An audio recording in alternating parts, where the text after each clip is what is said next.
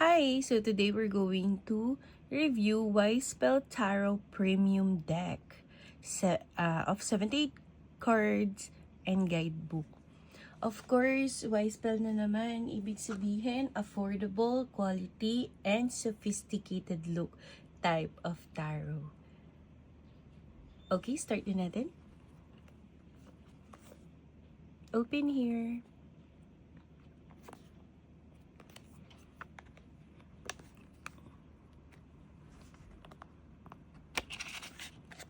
Meron siya nito.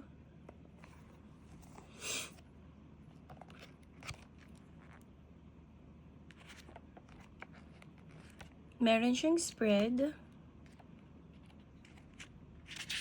Ayan. And then, meron siyang upright meaning, reverse meaning. Ang kagandahan dito, may love meaning, career, finance siya. Di ba yung iba kasi wala? So, ito, meron. Ang ganda. Biruin mo, very,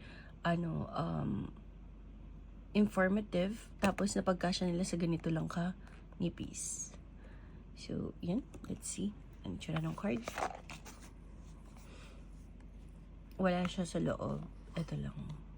So, ganyan. Okay, lagi may pa thank you. At pag binaligtad mo, pa QR code. Thank you for your purchase. Ayan.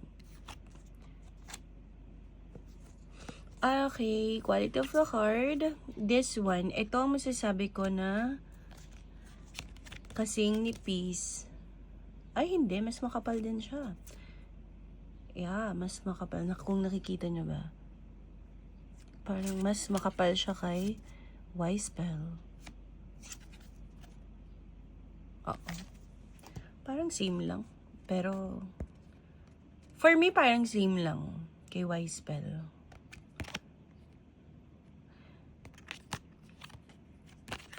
Maganda yung quality niya. Spell din ng... Spell kay ano pala? Wild Reflection. So, eto. Makita nyo pag reverse at upright. So, hindi siya halata. Okay? Good. Plus points yan sa mga nagbabasa ng reverse. Gold gilded. Siyempre. Flip through na tayo.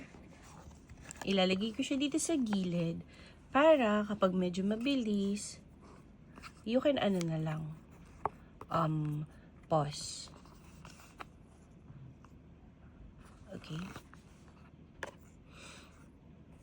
Ganyan. Yan. Dito ko siya ilalagay.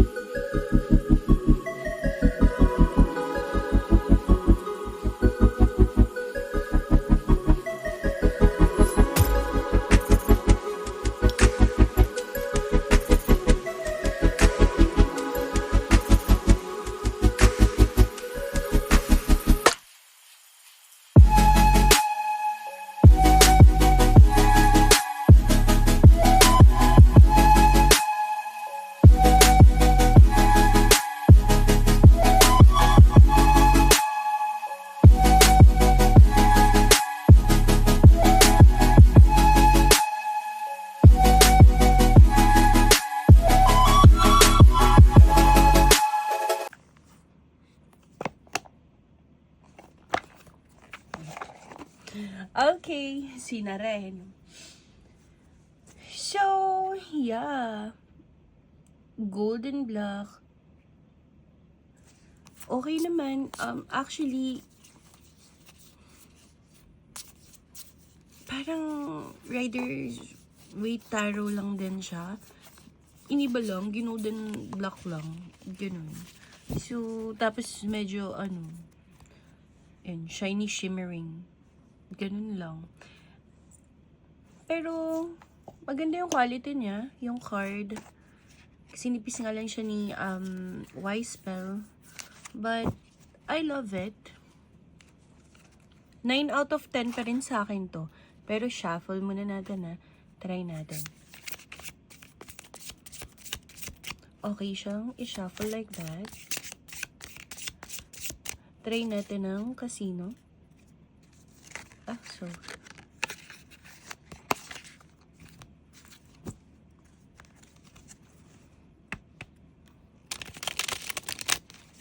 This way.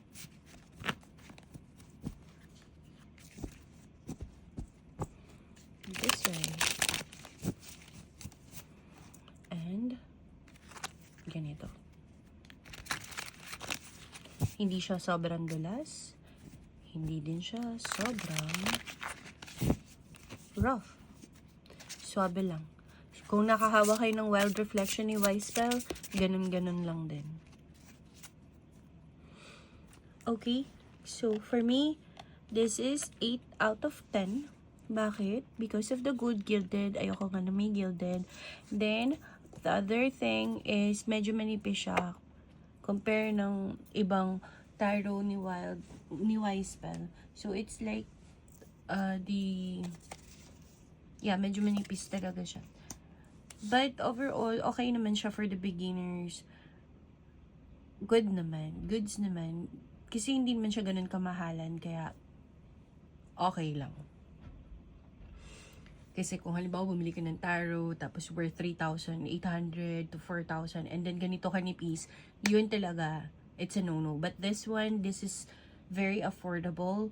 Ang ganda rin naman ng illustration niya. So, yeah, 8 out of 10 kasi manipis. And then, the other thing is may gold gilded, which will fade eventually pag madalas mo na siyang nagagamit. So, yun lang. If you have any tarot, oracle, and Lenormand in mind that you want me to review first, baka available na siya. If not, I'll try my best to find it and then review natin. Okay, see you in my next video. Bye!